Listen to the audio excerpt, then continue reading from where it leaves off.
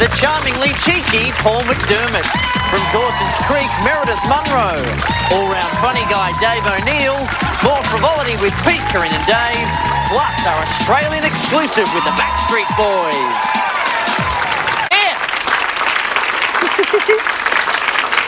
Follow the light, Rove, follow the light. It's just that simple. My first guest this evening was one of my favourite comedians on the ABC, and now he's one of my favourite comedians on Channel 10. You may know him from his work on Good News Week and the Good News Week debates. Will you please welcome my favourite spunk rat, Paul McDermott.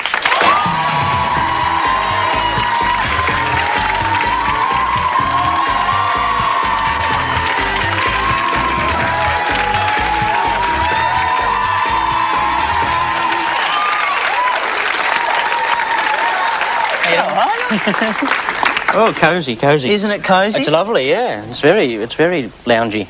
I might lounge too if that's all right. Lounging. You're looking great. I'm feeling great. You, to date, that's the best outfit any guest has ever worn on this show ever. Thank you. Where is it? Is it a Boy Scout, Tom? No, well, I wish it was. But no, it's actually the Christian Brigade. What's the difference between? They're like Boy Scouts for God. Tying knots for Jesus. Yeah. Now, of course... Whitland for the Virgin Mary. That's... I get the feeling we should move on. Yes, let's get away from that before we get the phone call. Now, the ARIA Awards yes. are being held tomorrow night. And you're going to do them. Yes, I know. Great. I'm a little bit concerned.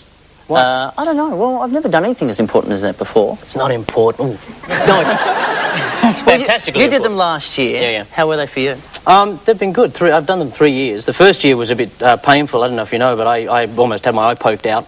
Try to avoid that. What happened? I went out to do the opening monologue. And I was feeling pretty sassy, pretty confident. I hit the stage, and it was just after Silverchair had played, and the drummer had thrown his drumsticks in that rock and roll way out into the pit down the front, which contained a whole lot of about 14-year-old kids dressed up to who were meant to be mosh pit kids, but they were all wearing Diamante earrings and and heels. Yeah, because they got the kids through TV Week, and everyone came sort of all dressed up. But one of them managed to catch the drumstick, and just as I went down for the first bow, they got so excited they went, "Hey!" And it went straight into my eye. And I wear contact lenses, and the contact lens just flipped out onto Oh, no. Yeah, and the director of the cameras was going, pull back, as my eye just filled with blood. Oh, you're joking. Yeah, so hopefully that won't happen. So other than that, I should be fine. Yeah. How did you find being in amongst the music industry?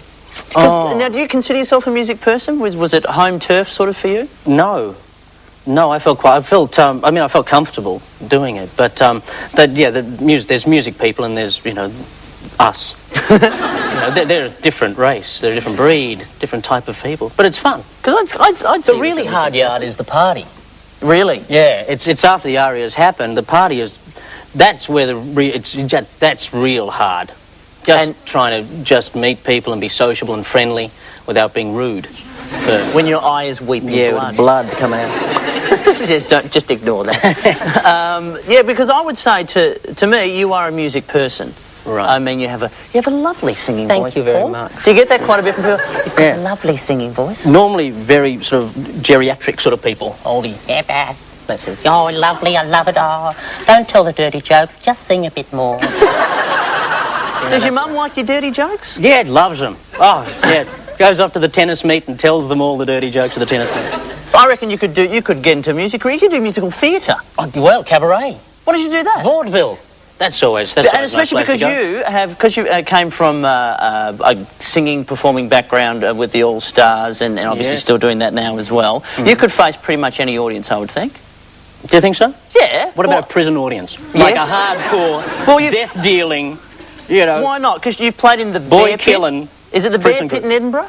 Well, it's got various names. One of them is the Bear Pit, the Fringe Club. The Fringe Club, because that's got to be I've heard that's the toughest room in it used town. to. It doesn't exist anymore. Everyone got PC and, tamed and... what was it like in its heyday? They chased all the Scots out. They made it fun. So what was it like in its heyday? Oh, it was fantastic. It was very Kafkaesque because there were so many people. It was about a room that only sat about 200 people. But there was a second level to it, so people were all up the walls, and on good nights you had the people on tables, craning over the top of the people at the front, so, and their heads were actually touching the roof. So there was an incredible amount of people, and you were stuck in this corner performing to them. And I remember one night where we'd made some, I think it was a cruel line about the English, which most of the people in the room enjoyed, apart from the English people who were right above us. And one of them threw a pint of lager, 80 shilling, down on us, at which point I stupidly, I may have been drinking at the time as well, scaled a wall and a speaker box, managed to get up to the second level and threw my pint in their face. And that was a bad move, because as I leapt off the balcony, everyone on the balcony got their pints, and just, it was like a waterfall of beer, which may have been a good thing if my mouth was open, I was laying on the floor facing up.